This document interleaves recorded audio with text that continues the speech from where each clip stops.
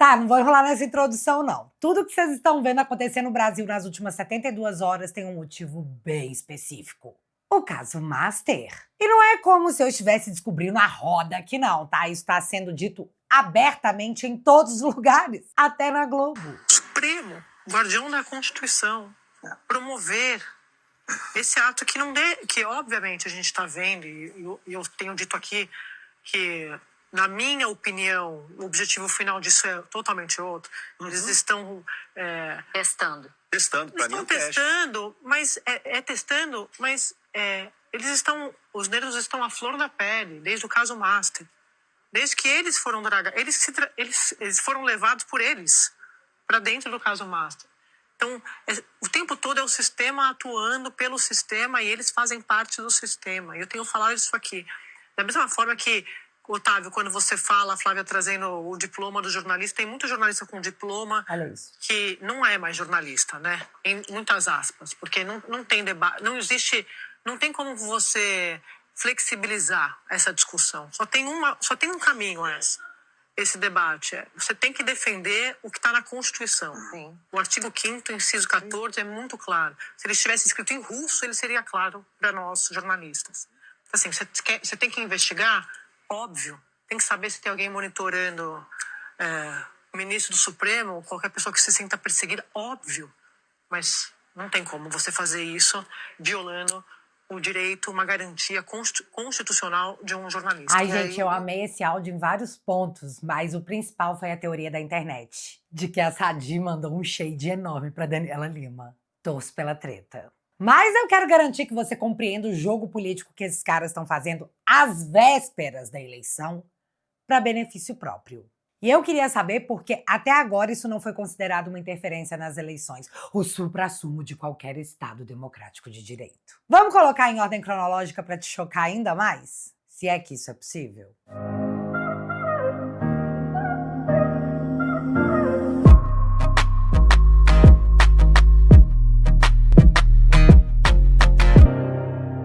Vamos começar com essa matéria aqui do dia 31 de julho. Fator STF ajudou a aumentar a resistência do Centrão a fazer aliança com Flávio Bolsonaro. E o que essa matéria nos conta é que a falta de coligação com Flávio e outros partidos não saiu de uma ponderação legítima de cada dirigente, mas sim do medo desses dirigentes de sofrerem represálias do STF caso se juntassem a Flávio na campanha. Deixa eu abrir aspas para a matéria. Aos interlocutores com quem tem debatido aliança, 3 dirigentes relataram ter procurado ministros ou os encontrado em ocasiões sociais e perguntado se achavam que uma aliança com Flávio poderia lhes render problemas. A resposta, sempre na linha do melhor não, os fez recuar. Fecha aspas. Esse absurdo passou meio que batido em meio a tantos escândalos no cenário político e judicial. Mas a matéria também cita que republicanos e União Brasil têm políticos atingidos por investigações comandadas por Flávio Dino a respeito do uso de emendas parlamentares. E aí ficaram com medo de que, ao se juntar com o bolsonarismo, o STF fosse atiçado a andar com essas investigações. Olha a gravidade desse fato que estampa matérias de jornais. Primeiro, ministros da Suprema Corte que julgam os parlamentares aconselhando a esses mesmos parlamentares a não se aliar a Flávio, candidato à presidência da República. E segundo, os parlamentares não se irritarem ou contrariarem as vontades e desejos dos ministros, mantêm as suas investigações paradas? E quando foi que nós normalizamos isso aí sair no jornal? Porque o que está sendo dito aqui é que ministros estão usando o seu poder de investigar e julgar parlamentares para prejudicar coligações políticas que geram reflexo eleitoral. Interferência eleitoral. E eu não me conformo disso ficar por isso mesmo. Mas continuando, antes da grande repercussão sobre a violação do sigilo de fonte, que aparentemente pode ser um recado, aconteceu isso aqui. Alexandre de Moraes promoveu em sua casa um jantar para reconciliar Davi Alcolumbre e Lula. Cristiano Zanin também estava presente. E eu não vou entrar no mérito do quanto isso é inacreditável, porque nós temos jantarzinho entre os 3 poderes da casa de um ministro do STF para ajudar politicamente os coleguinhas. E isso fala por si só. Mas a mídia fez a pergunta que todo mundo se fez ao receber essa notícia. O que Alexandre de Moraes ganha ao costurar a paz entre Lula e Alcolumbre? Na avaliação de integrantes da cúpula do Judiciário, o ministro do STF precisa se aproximar de ambos para salvar a própria pele de um processo de impeachment. Ou seja, uma articulação política que salvaria a própria pele do Moraes. Mas é aí que tá. Não vai salvar apenas a pele do Moraes. Temos aí 3 personagens, o Lula, o Alexandre e o Alcolumbre. Vamos individualizar, então, o interesse que cada um pode ter de forma específica nesse, sei lá, trabalho cooperativo, aliança, broderagem, trégua. Sério, eu não sei como chamar essa situação e não correr o risco de ser presa. Vamos começar pelo Lula. Ele está às vésperas de uma eleição extremamente apertada, onde desde já é apontado um empate técnico entre ele e Flávio. Então, meu amigo, nesse momento, toda ajuda conta. Lula descobriu com profunda surpresa que o Senado tranca projetos. Então, ele precisava urgentemente aprovar a PEC do fim da escala 6x1 para ele usar no palanque eleitoral enquanto torce para o povo esquecer o Lulinha, o preço da comida e o quanto está endividado. Lula também quer destravar a PEC da segurança pública para quando o Flávio esfregar na cara dele publicamente que ele foi contra classificar faccionados como terroristas, ele poder sacar essa carta para ver se ameniza. E ele também quer destravar o projeto das terras raras, porque soberania é quando ele pode vender as nossas terras para quem ele quiser. E a coincidência que nunca pode faltar é que essas pautas só voltaram a ser discutidas depois que ele resolveu jantar na casa do Alexandre de Moraes com o Alcolumbre. Mas tem uma outra questão. Lula também precisa fortalecer a campanha de reeleição. E aqui a coisa fica linda. O Centrão, aquele grupo de anjos sem interesse nenhum, sabe? Pessoas puras de coração, resolveu ficar neutro em vários estados. O Alcolumbre, de boa vontade, sabe? Pessoa super pura, e pelos motivos que já comentamos, um supremo aconselhamento, ajudou a segurar a União Brasil longe do Flávio Bolsonaro, principalmente no Rio de Janeiro, onde ele teria entrado numa videoconferência para ajudar a barrar essa coligação. Os caras agora estão tão alinhados que o ministro do Lula ficou super confortável para vir a público dizer que, abre aspas, o Davi está absolutamente sintonizado com a reeleição do Lula. Fecha aspas. Sintonizado. Que palavra linda. Quase parece que não é um acordo de você me ajuda a não perder a eleição, que na volta a gente compra. Mas Lula, pensando em se reeleger, também precisa preparar a governabilidade de 2027. E aqui é o ápice da pureza, tá? Lula já tá preocupado com quem vai presidir o Senado no ano que vem, porque, veja bem, se ele ganhar, ele não quer começar o mandato com Rogério Marinho, presidente do Congresso. Com certeza ele prefere o Alcolumbre, que vai de boa na casa do Alexandre, para jantar com ele. E por fim, Lula quer abrir caminho para futuras negociações com o Alcolumbre, porque se o plano é que o Alcolumbre se mantenha como presidente do Senado, que pelo menos dessa vez ele não atrapalhe a indicação do Lula a ministros do Supremo, como fez com Bessias. Lembrando, galera, o próximo presidente indica 4 ministros. Mas agora o Alcolumbre está sintonizado com Lula graças ao jantar de reconciliação oferecido por um ministro da Suprema Corte. Resumindo, Lula não se reaproximou do Alcolumbre por amor à democracia. Se reaproximou porque precisa de projetos para vender na campanha, de centrão quieto, de Senado dócil em 2027 e, se der, de uma segunda chance no Supremo. Acho que agora tá bem claro, né? Mas beleza, vamos aos interesses do Alcolumbre nessa aliança. Alcolumbre é o cara que tá em todas, literalmente, de denúncia de rachadinha até o Banco Master, mas nada gruda nele. Alcolumbre passa por essa vida como se nada tivesse acontecido, e ele pretende que isso continue exatamente da mesma forma. Como presidente do Senado, é ele que decide se um impeachment de ministro vai ou não ser aberto. Logo, ele ganha uma certa imunidade, porque entra aquela, né? Eu não mexo com você e você não ouse mexer comigo. O que vem dando muito certo.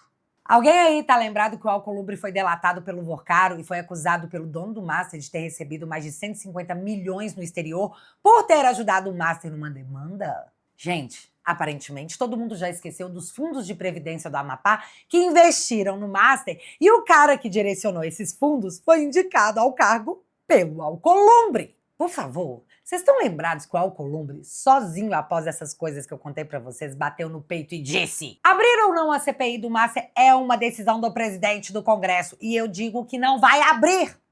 Passar bem. Na prática, ele impediu uma investigação que, segundo as matérias de jornal, chegariam nele mesmo. Viu quanto poder tem um presidente do Congresso? Viu por que ele tem muito interesse em permanecer lá? E quem mais está enrolado no Master por 129 milhões de motivos? E antes de eu falar do Master nessa equação alexandrina, tem outro problema enorme. Se o Flávio ganhar, ele indica 4 nomes ao STF, porque saiu o Fux, a Carmen Lúcia e o Gilmar Mendes. Amém, glória a Deus. Além da vaga que era do Bessias. Se o Flávio indica esses 4 nomes, a direita ficará com 6 integrantes na corte, uma maioria em cima do grupo do Alexandre. Pode ser, e eu acho bem provável, que essa galera nova que vai entrar não vai mais referendar as decisões monocráticas alexandrinas. E aí a vida do Xande pode ficar bem difícil. Isso somado a uma maioria no Senado que está chegando com o impeachment do Alexandre como slogan de campanha. E o motivo para discutir o impeachment dele tem para todo gosto, já que ele possui 52 pedidos que repousam em berço esplêndido embaixo do traseiro do Alcolumbre. Lembra? Você não mexe comigo, eu não mexo com você? Olha esse ciclo. É a união pela sobrevivência. Mas os caras estão jurando que é democracia. Só que é o seguinte, o Alexandre acumulou tanto poder, tanta decisão absurda, que chegou num ponto em que todo mundo, menos a Daniela Lima e o Reinaldo Azevedo, soltou a mão dele. Gente, os jornalistas mais petistas disseram que não. Agora, só agora, Alexandre foi longe demais. Literalmente, os caras estão falando deu.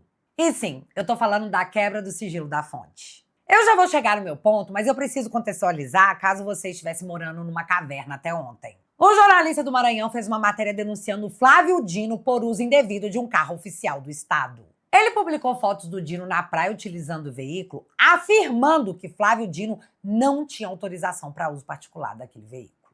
Aí o Flávio Dino foi lá e esclareceu o fato. Não, mentira! Ele abriu uma queixa-crime contra o jornalista, alegando que estava sendo perseguido. O processo foi aberto e olha isso. O jornalista foi incluído no inquérito das fake news, comandado por Alexandre de Moraes. Foi assim que eles conseguiram fazer o caso permanecer no Supremo. E eu preciso aqui deixar claro, mais uma vez, que inquérito não pode tragar as coisas que aconteceram no futuro para dentro dele. O inquérito é aberto para a investigação de um fato específico. Fim. Mas em Alexandria, um inquérito aberto há 7 anos traga tudo o que aparecer pela frente a gosto do relator, o Alexandre. Mas enfim, a Polícia Federal pediu a busca e apreensão em cima do jornalista pelo seguinte motivo: perturbação do equilíbrio psicológico de Flávio Dino. E o pior disso tudo é que eu não tô brincando. E ao fazer a busca e apreensão por ter deixado o Dino desequilibrado emocionalmente, sabe, tadinho, instável, a polícia pegou o celular e o notebook do jornalista, onde a fonte que havia repassado a informação foi revelada. Logo, o jornalista não estava perseguindo o Dino. O motivo da busca e apreensão não era verdadeiro. Ele realmente recebeu de alguém. Mas tá, fonte revelada para surpresa de... Cara, eu não sei quem ficou surpreso com isso. A fonte era um inimigo público do próprio Flávio Dino. E isso não deveria espantar ninguém, porque geralmente quem te entrega é quem não gosta de você. Amigos até podem fazer isso, mas é bem raro. Sempre presuma que é o seu inimigo. E aí o Alexandre vai lá e faz uma operação em cima da fonte do jornalista. Mas você sabe o que é o mais louco nisso tudo? Se é que dá para repartir entre isso é muito louco, não, se bem que isso é mais. O Paulo Gonet, o PGR, viu tudo isso e concordou, boa justificativa para uma medida tão extrema. E se eu autorizar, vai dar ar de legalidade. Todo mundo vai dizer que isso não saiu da cabeça do Alexandre, mas saiu com a autorização do PGR. Logo, absolutamente justiça. E o que precisa ficar claro é que não interessa de forma alguma quem é a fonte, o que ele fez, onde ele mora, do que se alimenta. O sigilo de fonte é protegido pela Constituição, que foi violada pelos guardiões da Constituição. Uma investigação poderia ser feita? Poderia. Jamais, nunca, em hipótese alguma, violando o sigilo de uma fonte. E isso tem que ficar muito claro para todo mundo. Não tem justificativa para o que foi feito. E é aqui que nós voltamos no início do vídeo, onde todos os caminhos levam ao Master. Desde fevereiro, a Polícia Federal vem preparando um relatório sobre Alexandre de Moraes dentro do caso Master, igual aconteceu com o Toffoli, que tá sumido, né, galera? Toffoli tá muito sumido. E como o Alexandre tem foro, os achados devem ser enviados à corte, que vai ver tudo isso e decidir se o Alexandre vai ser ou não formalmente investigado. O castelo do Xande estava ruindo devido a tudo. Mas a revelação do seu envolvimento com o Master o deixou nu em praça pública.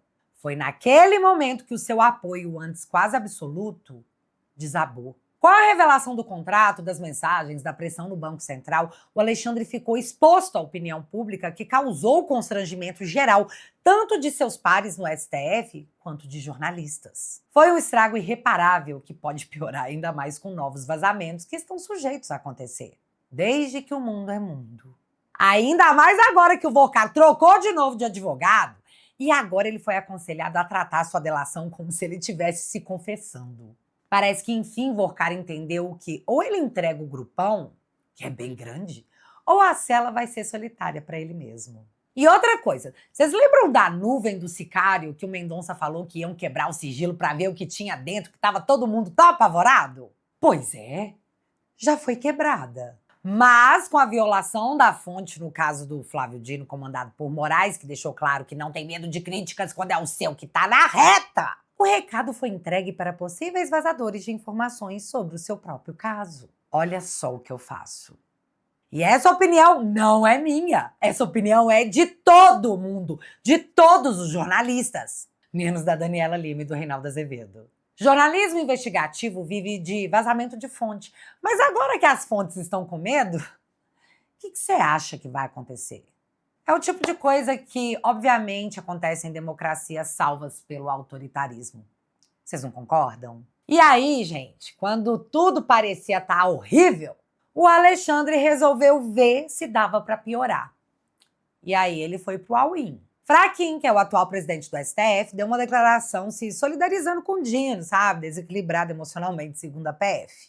Mas ressaltou que o STF tem absoluto respeito à imprensa e ao sigilo da fonte, dando a entender que a decisão do Alexandre, nesse caso absurdo, seria levada ao plenário para ser referendada pelo colegiado da corte. Aí a gente viu o Alexandre descer do salto e demonstrar que ficou extremamente incomodado com a notícia, a ponto de dizer isso aqui. Não confundamos jornalistas investigativos com jornalistas investigados pelas práticas criminosas. Nenhuma garantia constitucional, inclusive o sigilo da fonte, pode ser instrumento de impunidade criminal. E como salientou também, presidente, Vossa Excelência, a colegialidade desse tribunal saberá reafirmar isso em julgamento pela primeira turma do Supremo Tribunal Federal de eventual recursos dos investigados. 2 pontos absurdos aqui. E se eu tivesse me esforçado, eu conseguia achar mais. O primeiro é que ele já decretou que o jornalista é um criminoso. O segundo é que ele também já avisou que não tem essa de plenário não, tá, Fachin? Se for para julgar a sua decisão,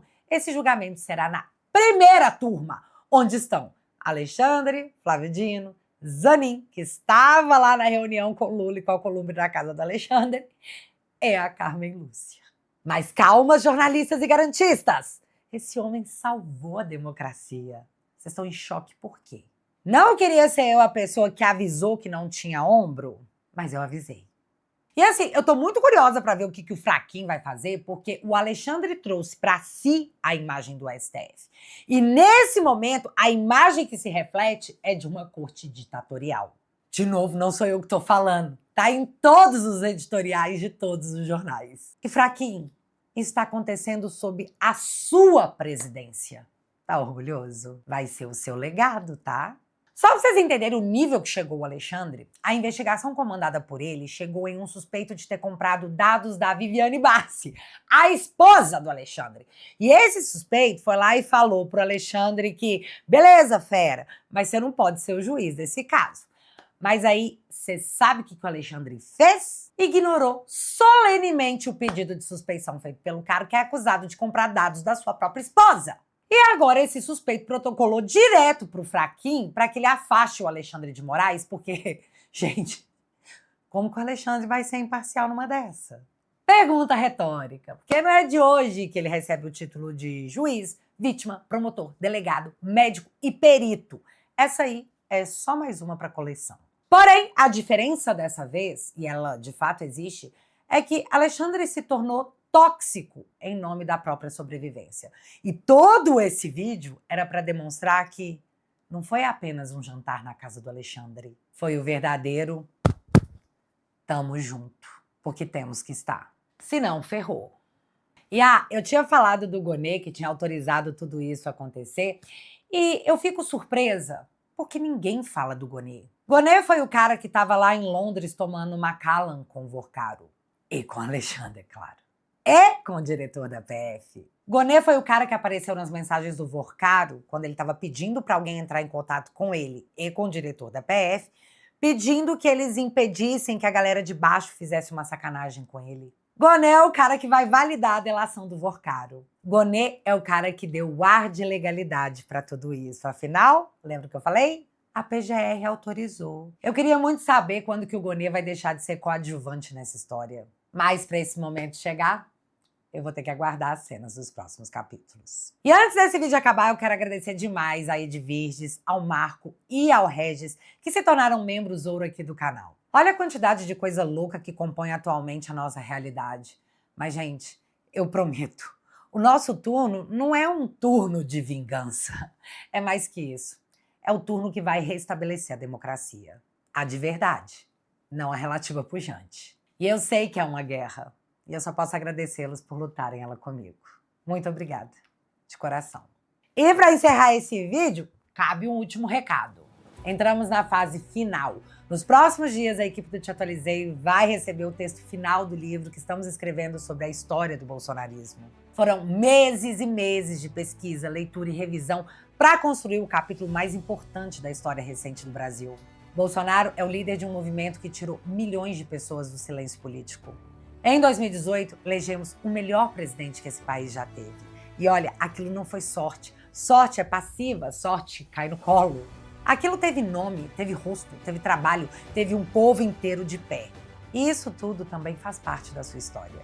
Porque enquanto os outros tratavam aquilo como fantasia, você permaneceu firme ao lado do presidente Bolsonaro, não é verdade? E é por isso que esse livro não precisa levar só a assinatura do Te Atualizei. Ele pode carregar o seu nome registrado dentro dele para sempre, como um objeto de legado da sua vida, uma herança para sua família. E é aqui que mora o bonito. Daqui 50 ou 100 anos, quando seu neto abrir esse livro e ver o seu nome registrado na história, ele vai saber em que lado a família esteve quando o bolsonarismo estava em jogo, num tempo em que ficar em silêncio teria sido bem mais fácil do que resistir. Então agora vem o convite. Estamos na reta final, mas ainda dá tempo de você entrar. Porque assinando os planos prata ou ouro, o seu nome vai ser impresso dentro do livro, na página de agradecimentos, com um título que ninguém vai poder te tirar. O de fundador dessa obra, no mesmo documento que vai contar tudo o que fizeram contra o presidente Bolsonaro. E você foi testemunha. Quem entrar no plano ouro recebe em casa também algo para atravessar gerações na parede da sala. A placa de membro fundador do Te Atualizei. O que não é um enfeite, é quase um brasão da nossa família. E como membro fundador, você ainda leva o seu nome nos créditos dos meus próximos vídeos, acesso vitalício ao meu aplicativo e uma cadeira nas reuniões do Elite pra gente conversar e trocar uma ideia sobre tudo que tá acontecendo. Portanto, se você quiser e puder, basta acessar o site que lá tem tudo detalhado e você pode fazer parte desse registro histórico para o Brasil. Vou deixar o link fixado no primeiro comentário e no QR Code que tá aparecendo aí na tela. E desde já, muito obrigada. Mas agora eu quero saber de vocês. Faquin, tá, vou chamar ele de Faquin, vai se levantar como presidente da corte ou ele deixará o Supremo afundar em sua presidência? Faquin, esse é o seu legado? Me conta aqui nos comentários que eu quero saber. E se você ainda não é inscrito aqui no meu canal, meu amigo, se inscreve e deixa seu like. Porque você já sabe, acontecendo alguma coisa de relevante ou irrelevante, a gente volta. Beijos, galera! Fui! O tempo a gente esperou, viu o poder se fechar e calou. Mentira em rede se multiplicou e até pensar virou alvo e temor. Desumanizam pra impor, rótulo cola no opositor.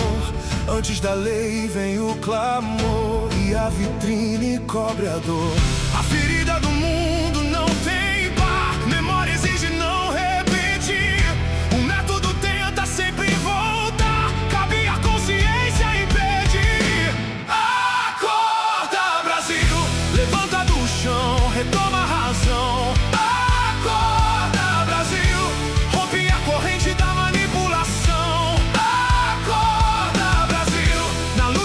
liberdade com força de novo.